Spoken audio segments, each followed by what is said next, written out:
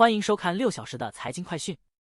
首先是美国劳工统计局错误地将消费者价格指数数据提前30分钟发布，引发了人们对该机构发布世界上最敏感的经济信息方式的新质疑。虽然没有明显的迹象表明提前发布会影响市场，但这一事件可能会引发对数据传播的密切关注。这些数据对全球资产价格和美联储政策产生影响。请看下面这条：4月通胀率略有下降，但本周公布的较慢的价格涨幅仍给拜登竞选活动带来了经济挑战。按季节调整的消费者价格指数衡量的价格，现已较拜登执政3年多以来的数据上涨了 19.4% 以上。累积通胀已成为共和党关注的焦点。周三公布的新数据显示，这一数字正逐渐逼近 20% 的心理关口。请看下面这条：知名分析师 Brian Belsky 上调2024年标普500指数预测至5600，原因是低估市场动能，并且此前已多次对市场预测准确。此次上调基于投资者预期与美联储指引一致，以及市场表现类似于2021年和2023年。让我们关注美股周四午后小幅回落。此前道琼斯工业平均指数 DJI 在周三创下历史新高后首次触及4万点。请看下面这条：30年固定房贷利率降至 7.02%， 连续2周下降。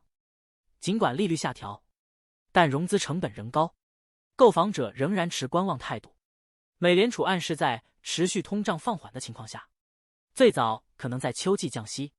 让我们关注沃尔玛发布乐观财报，表明美国消费者仍然有韧性，愿意消费物美价廉的商品。沃尔玛及其供应商普及公司的业绩均超出预期，但低收入家庭的财务状况仍令人担忧。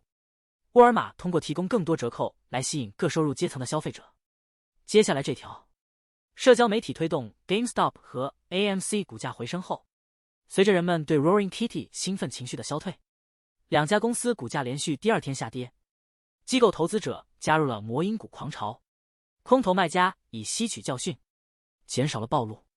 让我们关注美股冲高回落，道琼斯指数首次突破4万点，但收盘下跌。纳指、标普均小幅下跌。美联储官员警告利率将维持在高位较长时间，引发市场避险情绪。接下来，受美国司法部放松大麻管制的提议影响， Tilray、Curaleaf 和 Advisor Shares Pure US 大麻 ETF 等大麻股周四暴涨。下一条，Reddit 携手 OpenAI， 让 ChatGPT 访问其内容，以寻求广告业务之外的收入来源。此次合作使 OpenAI 可使用 Reddit 的 API， 而 OpenAI 也将成为 Reddit 的广告合作伙伴。让我们关注拜登与特朗普皆采取贸易保护主义政策。拜登宣布对中国电动汽车加征关税，旨在促进美国投资和就业。然而，该政策存在漏洞。中国汽车制造商可在墨西哥等第三国生产并出口至美国，规避关税。拜登和特朗普均未对此提出明确解决方案。接下来，应用材料第3季度业绩优于预期，但未能达到投资者的预期。该公司股价盘后下跌 1.2%， 第3季度收入预测为 66.5 亿美元，调整后每股收益在 1.83 美元至 2.19 美元之间。中国贡献了第2季度 43% 的总收入。最后这条是，福特要求电动汽车供应商降低成本，以提高盈利能力。由于竞争对手包括特斯拉提供折扣和大幅降价以维持消费者需求，福特被迫采取措施。